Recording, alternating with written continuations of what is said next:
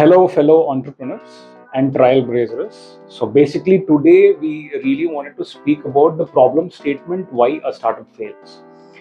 And I'm Vignesh, working as a business consultant for CFO Angle, headed by Sachin Gupta, my mentor and my senior. I just thought we'll take a chance to expedite and exploit the knowledge which our powerhouse has gotten. And moving forward, let's see what kind of a shedding light that you would take up to talk about all these problem statements. And over to you, sir. Yep. Can we start a conversation about Absolutely, exploring how we can? Yeah, I've been waiting for this for quite some time because you've been asking me to talk about the startups and what kind of challenges they face. So I'm open here to check your questions. If you have some things which is coming in your mind, or you think I need to talk about openly in terms of what my experience towards the startups, what do you think? Of course, sir. So starting with, I would want to rise up a question, something like this. If you see in the channel of entrepreneurs, with respect to their innovations and ideas completely, whatever the idea is, whatever the product is, to an edge of 5 years, we get to see the graph of startups failing particularly. So I would want to know, particularly, is it about business structuring is where they're facing the problem, or financially their planning is not that great, or they are moving into break-even state without analyzing, or how does that comes across? I'm throwing random things, and if you can... No, I think it's a valid question. So what my experience says is generally the reasons what I have seen where the startup fails is the financial acumen. That's first reason, and I'll explain more in details about it. Number two is that there's a quick success which these startups are looking at. Third, they have a fantastic business model, but they are actually not able to translate the business model into a revenue model. Okay. Fourth is the right set of team members they don't have. Okay. Fifth is they are very techy in nature, but they are very different in the business. So let's talk about the financial acumen. So I think the first point and the fifth point can be clubbed together. Financial acumen is, I've seen people coming from engineering backgrounds, people who have got fantastic ideas, AIs or different kind of product. They are solving a lot of big problems. But what it comes is, so they understand that this problem can be solved through a tech intervention or through a problem-solving intervention. But the challenges comes where they don't understand how they can financially control it. So they go to the market and raise funds. They keep spending money in terms of whatever they want to spend because too quickly they've got the success. But that success is a short term because financial acumen will help them to retain the cash which they've got from the market, because there is a whole bunch of Ps and VCs who are backing them for their big idea. If they can translate a big idea and then convert that into a business, that would help them. But they are not able to sustain. I've seen companies like housing.com. The founder got big round of fundings. They could not able to sustain it. They were moved out. The founder was thrown out largely because of his financial mismanagement.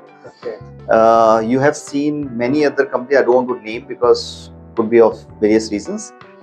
But the large issue is how to ensure they understand the business numbers. When they get funding, hold funding, spend it wisely, go for different rounds, make sure that the cash burn is translated into a profit.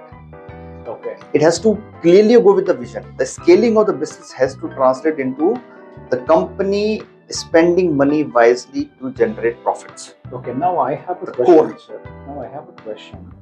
How do you put across this with respect to capex and opex? Is there any directly or indirectly proportional relative talk that you can talk about capex and opex with respect to? See, it all depends upon the business model, Vinesh. The challenge is what people they feel is how they have to grow. So the definition of growth can come through either a capex implementation model or an opex model.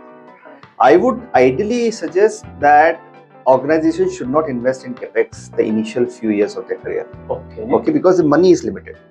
Let's take an example. Somebody who has raised a 1 CR funding or 2 CR funding wants to go for a lavish office, right? And spend 50 lakh rupees on the interiors is a waste of money. This 50 lakh, he can use it to hire better people, build up marketing strategies, grow the business to D2C or e-com to different processes, make sure that the business starts converting into money. Their debtors are in control, their vendor payments are in control. But what they do is they spend money on buying a capex, good office, this expenses, that expenses, and they quickly realize that money is vanished. Okay. Instead, what they can focus only on the OPEX. Keep the cost as light as possible and save money for the rainy days. Okay. Right? That's where the people, they make mistakes. The entrepreneurs, they make the clear mistakes. See, I come from a typical Marwadi family, right? In our Marwadi community or a Vaishya community, we believe in investing money in the profitable businesses. Okay. We don't go and raise funds on the market unless we see a profit in that business. Okay. And some of my clients are Marwadis. Okay. And I have seen them going multi-folds in even 3 years, 4 years. Okay. They multi-fold because they know that they have to raise funds only when it is die-hard necessity for a growth. Okay. Like there's one of my customer, Redon Lithium Power Solutions. They're raising big money to start a new factory in Katwa. Okay. And in Katwa, after raising the money, they know that next 10 years they will get a subsidy from the government. So they are looking for those kind of options and areas where they can save money and get money from others rather than spending their more money. Okay. So the subsidy is going to help them to sustain for next 20 years. Great. And he is very clear. And from the day one, he is profitable. Though the similar industries, other entrepreneurs are in loss. But this guy is in profits from the day one. Very clearly, he spends money when it's required. Or else he will not spend money, let it be lying separately. Okay, so you're trying to put across, I'm taking it this way, sir. Correct me if I'm wrong. So every business will have a vision and mission, basically. So you're trying to tell me that vision and mission is based on a bridge called how do you manage the finance, how do you bring in capital, how do you execute your work. So you're talking about, so I would tell you that, a lot of startups are run by the techies. They come and say, sir, I don't have any knowledge about finances, you only take care. Or they will say, sir, I've been believing one of my CAs or one of my content to manage it. I don't want to get in there. That's absolutely absurd and wrong. I tell them you should get educated about your business. You should not only educate yourself towards what business and model you are bringing in, but you should also ensure that finance is in your control, right? Okay. So you know how and where to spend money, why to spend money, what is the necessity of spending this money. So that kind of a financial acumen you should have, which each and every entrepreneur they should develop. Once they have that decision in their mind, rest all becomes more static in nature. Take an example, the services of Sachin Gupta as a CFO. I will help them to guide in terms of why they should spend and why they should not spend. Which are the other cost-effective measures they should take it. If this particular marketing strategy is not working, somebody should tell them that this marketing strategy is not working. Exactly.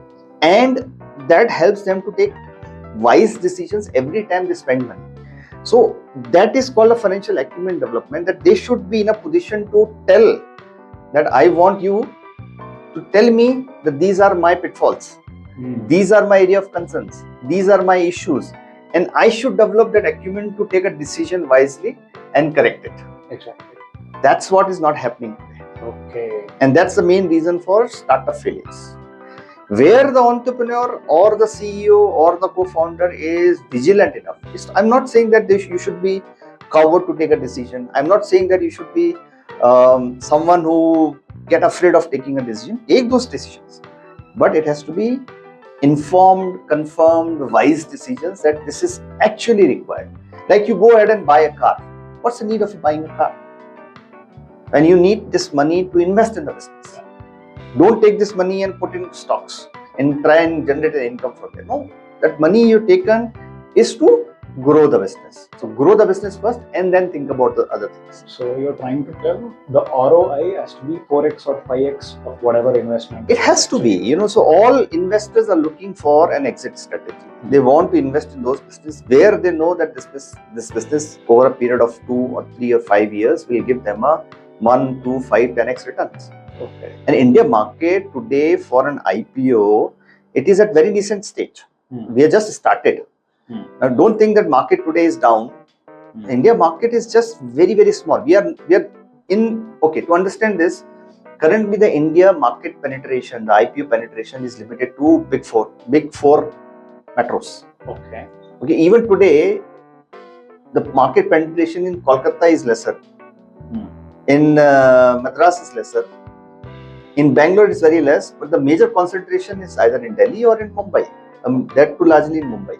Though we have stock exchange across India, but the major concentration in terms of NSE and BSE is happening in Mumbai. So just imagine the kind of volumes of business which is available for these startups and the companies across India. Tier 2, Tier 3 cities are growing very aggressively. Indore, Bhopal, they're growing very aggressively. Jaipur. Many big startups are coming from. If they develop their financial acumen, make sure that they are profitable, they have a PAT positive, they have a vintage of 3 years, just make sure that those clear magnifying glass for managing their finances they do. Okay. Next 5 years, they can go for an IPO. Create wealth for themselves and their employees. The employees who are working hard to develop the business, they will get that IPO and the business will start then getting run by the professionals once you are IPO, right? That's where the founders should think of. Understood. So moving forward, what I am trying to understand as to my purview is financial management will give you an overview to understand where you are going. Yes. Is what I am understanding. That's correct. That's correct. Irrespective of people tell business structuring, hiring, and all of that, but into this both also, if you're structuring a business, putting a capital there and leveraging, putting a capital on hiring and leveraging, again the understanding of that can be done by a paid person like you, who can actually look into it and also tell where you can optimize, where you can control, where do I see risk, as simple as that. We can guide and mentor the founders when they get themselves learned about their business and their finances. The team working under them will respect them better than anybody else. Exactly. The team also will know that my boss demands this for me. Exactly. So they will action based on the demands which their boss is having. Exactly. Right? Instead, I don't know, you talk to this guy, you talk to that guy, I'm not aware, I'm a techie. This is a common word which comes from these people, and that's where the whole issue and challenge is happening. Understood. So let's move into pointers, sir, finally, with the pointers from your end, if you're ending up to tell, for any startups, any innovators who has got an idea, what major suggestion you would tell to them? Any startup would actually look at themselves that they want to get into IPO or IPO ready, something like that they want to look into. So what are the core things that you would suggest someone? So I'll talk more about the finance points and we'll have that additional discussions maybe in the future podcast. So first thing, you should raise fund timely. Okay, don't wait for, okay, I'll raise it up to 3 years, 4 years, 5 years. I always feel that if you are looking for getting into an IPO in 5 years of your start to 5 years, then you should raise fund timely. That helps you to lock your valuation. Okay, that's important. Okay. Whenever you raise fund, make sure that the fund is used well, utilized well. Third, you should have a business plan in hand. The business plan should be for a 5-year vision. Okay. All your business plan projections have to be necessarily built around what you're planning in the next 5 years. So some people, they say, I don't understand, I have just a model, but the market is there. So you keep saying that you have a unique product, but there is nothing unique in this world. Okay, there is a market available. Think about the market around it and build a business plan around it. Okay, that's important. Now, once you start the business, whether you form a private limited company or whichever, make sure your compliances are clean from the day one. Because at the time of funding, whether it's from the PE or a VC, they would want a clean books. Okay. So the due diligence of the books have to be done in detail. Okay. That means threadbare. Even up money received from your parents will also be looked with a magnifying glass, right? So you need to ensure that any movement of funds any transaction done with the vendors, any transaction done with the related parties have to be clearly accounted for. Okay, you cannot have a situation where you say, "Yaar, ये तो घर में है, this is all in house. I don't have to tell because this is my company." Mind it that you are going for a funding in the future, so you need to have your clean books. There's one more important point is to ensure your books are closed on a monthly basis. Okay, so your book closures is important. Why? Because then it'll give you a visibility about your numbers. Someone who is sitting at the disciplined position will ensure that all the accounting bookkeeping entries are done. The banks are reconciled, your revenues are closed, your expenses are booked. So you have a final number. Your number is not in your mind, it is on the books, right? And then you should have a way to look at the books in your monthly MIS meetings, along with other founders and the key management personnel, KMPs, where they all sit together and do a brainstorm. So either you do it in-house or you hire some consultant professionals like us, because we have that. We give a visibility to all of our startups and companies, mid-sized companies to large organizations, where we do CFO services, MIS, bookkeeping and closures. So we help them in terms of getting that vision that if they keep consistently doing this, they are in good hands. And at a certain point, we will only tell them, okay, you raise the round 1, raise the round 2, get a PE funding or a bank funding, then go for an IPO. So we help them in terms of being an IPO ready. And at that time, we'll get in a merchant banker who will help them to get the IPO done. So these are some of the basic things which all the startups should think about. Very interesting. And a lot of things to discuss, sir. Stay tuned, guys. We will be coming across with a few more challenging problem statements that we can discuss. It was really nice.